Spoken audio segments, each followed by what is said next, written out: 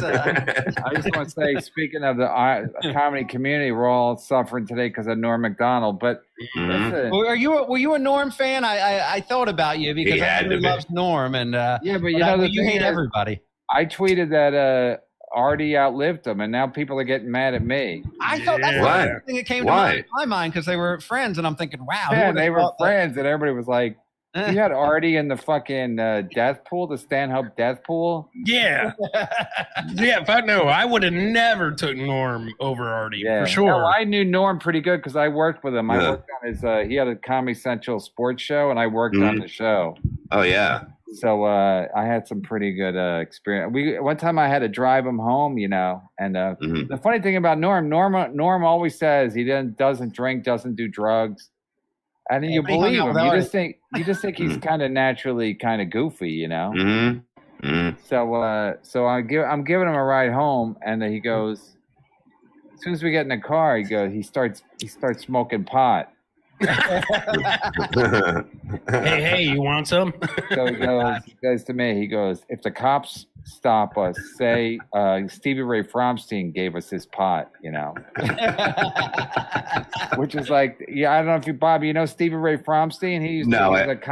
He started with Norm in Canada, you know. He's just some random fucking guy, you know. That's fucking great. So I was just waiting for the cops to pull us over, and I'd be like, "Yeah, Stevie Ray Fromstein gave it to us." And they'd be like, "Who the fuck is that?" I'd be like, "Oh, a friend of Norm Macdonald." I'd be like, "Norm, is that you?" Yeah. Norm. Hey, Norm, can we get your autograph? Don't worry about the weed, Norm. Anyway, that's true. Kevin, just the fact that Norm, he always had like a ridiculous story. Yeah. Then another time, the same time, or maybe a different time, I was staying at my brother Neil's house, and he lived near Norm. They both lived like in kind of near Venice, out of Santa Monica, Venice border. So Norm goes, I give him a ride home. It's Friday, and we don't work on Saturday, so it's like an off night, you know. So I give him a ride home. And he knows kind of I live close, or I'm staying at Neil's house close by. So he says, he goes, you want to come up? I go, you know, and I don't have to work tomorrow. And I'm like, no. I go, no. He goes, I'm not gonna try to fuck you or nothing. Then I'm not going. So then I go, all right, I'll come up. And then it's like awkward, you know, it's just two dudes on a Friday. And he has a bunch of cats, you know, and then you waited for him to say, "I'm not going to try to fuck you" before you went up. Yeah, I just felt like, well, he is my boss, so theoretically I have to go up, you know. Yeah. I have to get fucked. I mean, is like a fucking awesome guy. It's just only Kevin Brennan was like, nah, I don't want to go upstairs. No, I don't want to go up to his fucking. Come on, man.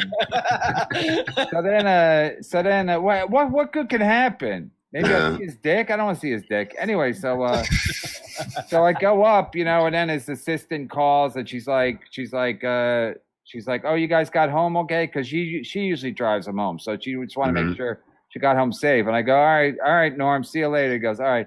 So then Monday when we're at work, he goes, yeah. So he's telling the whole staff, like all the writers, he's like, yeah. So Brennan gives me a ride home.